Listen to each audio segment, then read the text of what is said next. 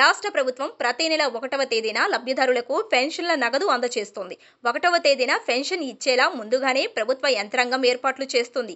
రాష్ట్రంలో గ్రామ సచివాలయ, వార్డు సచివాలయ సిబ్బంది పెన్షన్ అందజేస్తున్నారు.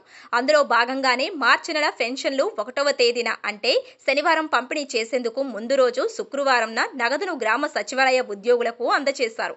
అయితే పల్నాడు జిల్లా దాచేపల్లి నగర పంచాయతీ పరిధిలోని సచివాలయం 3లో welfare assistant Sampath Lakshmi Prasad pension పంపిణీ కోసం 8.43 లక్షలు తీసుకున్నారు. అయితే శనివారం పంపిణీ చేయవలసిన ప్రసాద్ ఆ డబ్బును తీసుకుని పరారయ్యాడు.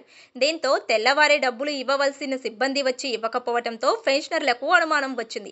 పెన్షనర్లు సచివాలయం వద్దకు వెళ్లి ఆరా తీయగా పెన్షన్ డబ్బుతో సదరు ఉద్యోగి పరారైనట్లు తెలుసుకున్నారు. దీంతో పెన్షనర్లు తమకు పెన్షన్ ఇవ్వాలని సచివాలయ కార్యాలయం ముందు ఆందోళన చేశారు. దీంతో దాచేపల్లి నగర పంచాయతీ కమిషనర్ అప్పారావు స్పందిస్తూ ఎవరూ ఆందోళన చెందవలసిన అవసరం లేదని, అందరికీ పెన్షన్లు పంపిణీ చేస్తామని హామీ ఇచ్చారు.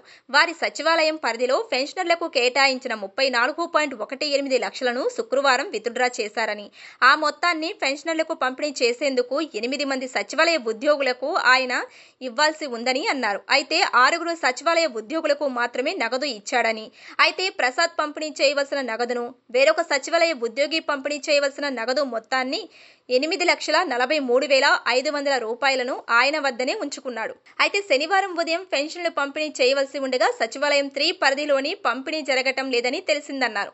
దీంతో తాము సచివాలయం వద్దకు వెళ్లేసరికి అక్కడ లబ్ధిదారులు ఉన్నారు. ఇంకా పెన్షన్ డబ్బులు ఇచ్చే సిబ్బంది రాలేదని గ్రామస్తులు తెలిపారని కమిషనర్ అన్నారు. వెంటనే ఆ ఉద్యోగికి ఫోన్ చేస్తే ఫోన్ స్విచ్ ఆఫ్ వచ్చిందన్నారు. దీంతో ప్రసాద్ నివాసం ఉంటున్న పిడుగురాళ్లకు సిబ్బందిని పంపించామని, అయితే ప్రసాద్ ఇంటి వద్ద కూడా లేడని తెలిపారు.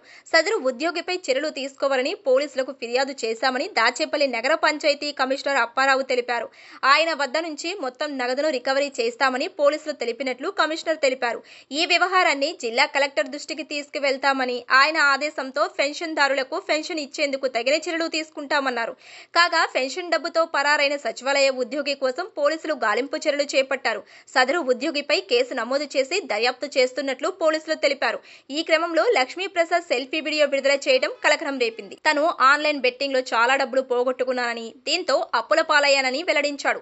ప్రభుత్వ సొమ్మును వాడుకున్నందుకు తనను క్షమించాలని కోరిన లక్ష్మీప్రసాద్ నెల రోజుల్లో ఎలాగైనా చేసిన మొత్తం డబ్బులను చెల్లిస్తానని హామీ ఇచ్చాడు. నా తల్లిదండ్రులను బతిమిలాడైనా డబ్బు తీసుకువస్తానని తెలిపాడు. 2 రోజులుగా తన భార్య పిల్లలు అన్నం కూడా తినలేదని, అప్పుల మూలంగా సైతం చేసుకోవాలనుకున్నామని వెల్లడించారు. తనకు ఒక అవకాశం ఇస్తే మరోసారి ఇలాంటి తప్పు చేయనని కమిషనర్ కలెక్టర్ను ఉద్దేశించి సెల్ఫీ వీడియో విడుదల చేశాడు. కాగా వీడియోతో లక్ష్మీప్రసాద్ తో పాటు ఆయన భార్య, పిల్లలు కూడా కన్నీళ్లు పెట్టుకోవడం కనిపించింది. కాగా లక్ష్మీప్రసాద్ పై అధికారులు ఎలాంటి చర్యలు తీసుకుంటారో వేచి చూడాలి.